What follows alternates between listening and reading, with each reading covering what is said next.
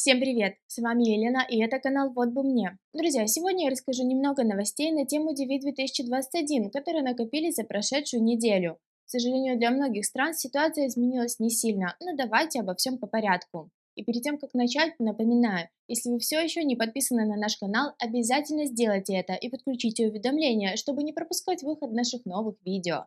И, конечно же, ставьте лайки и пишите как можно больше комментариев, чтобы алгоритмы YouTube продвигали наш канал и о нем узнавали все новое и новые люди. Итак, количество кейсов, находящихся в транзитном статусе, а также уже готовых к интервью, перевалило за 1000, а количество стран, высылающих приглашения, увеличилось до 61. Несмотря на то, что такие цифры это все еще капля в море, ведь количество стран, участвующих в лотерее DV 2021, равно примерно 180, а количество кейсов, ожидающих интервью, исчисляется десятками тысяч, я все равно считаю, что это очень хорошие показатели. Ведь если посмотреть на происходящее объективно и без паники, можно понять, что ситуация меняется в лучшую сторону каждый день. Среди стран, которые наконец-то начали назначать собеседование на этой неделе, оказались Финляндия, Македония, Косово, Бразилия, Барбадос, Эфиопия, Катар, Индия, Индонезия, Малайзия и несколько других стран азиатского региона. Будем честны, месяц назад мы с вами даже не знали, отменят трамповскую прокламацию 10.014 или нет, и могли только мечтать об этом. Ведь если бы ее не отменили в конце февраля, а такое было очень вероятно, то собеседования все еще не назначались бы нигде. Но прямо сейчас, хоть и не так быстро, как хотелось бы, уже во многих странах люди получают приглашение на интервью, и это отличный результат. К тому же новости о том, что очередные посольства и консульства США в разных странах выходят из спячки, появляются каждый день. А это значит, что уже в ближайшее время такие хорошие новости могут прийти и из тех стран, которые интересуют именно вас. Ведь эпидемиологическая ситуация в мире потихоньку улучшается. Вакцинация во многих странах уже идет полным ходом, а зимний период, когда заболеваемость населения самая высокая, подходит к концу. Кроме того, иммиграционные адвокаты и СМИ ежедневно оказывают давление на администрацию президента, а ведь именно благодаря таким действиям и была отменена прокламация 10.014, и, возможно, по такой же схеме будет отменена и прокламация 10.143, из-за которой страны Шенгенской зоны и некоторых других регионов все еще не назначают собеседования. К вышеперечисленному списку можно добавить и вышедший на сайте Госдепартамента Бюро консульских дел США майский бюллетень. Чем он примечателен и что это может значить, я более подробно рассказывала в другом видео, ссылка на которое сейчас появится вот тут и в описании под видео.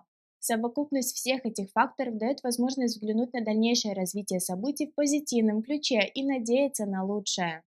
Еще на просторах интернета можно встретить информацию о том, что июньский или июльский бюллетень сделает Карен для всех номеров, и это будет значить, что теоретически получить приглашение на интервью смогут даже большекесники.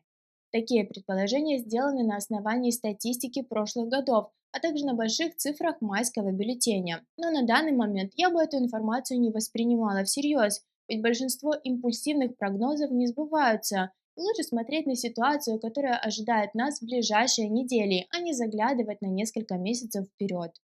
Ну и напоследок хочу сообщить, что кроме судебного иска Кертиса Моррисона для победителей DV 2021, которые должны проходить собеседование в странах, попадающих под прокламацию 10.143, и о котором я подробно рассказывала в другом видео, подсказка на которое сейчас появится вот здесь, появились новые иски от других адвокатов, с которыми вы можете ознакомиться по ссылкам, которые я оставлю в описании.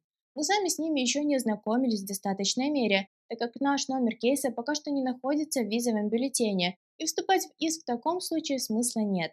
Но вы можете сделать это самостоятельно, если знаете английский или воспользовавшись онлайн-переводчиком. Но мы обязательно ознакомимся с ними в ближайшее время и поделимся своим мнением на этот счет. На сегодня все, друзья. Уже завтра на нашем канале выйдет новое видео, где я отвечу на несколько самых интересных и часто задаваемых вопросов в комментариях. Так что если у вас есть вопросы, не стесняйтесь писать их в комментариях, и мы обязательно ответим и на них.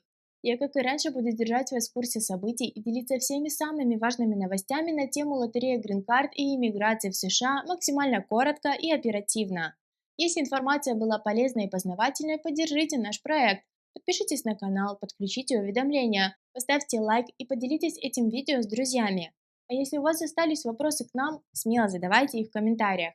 Каждую неделю мы делимся полезным контентом, так что зовите друзей и оставайтесь с нами.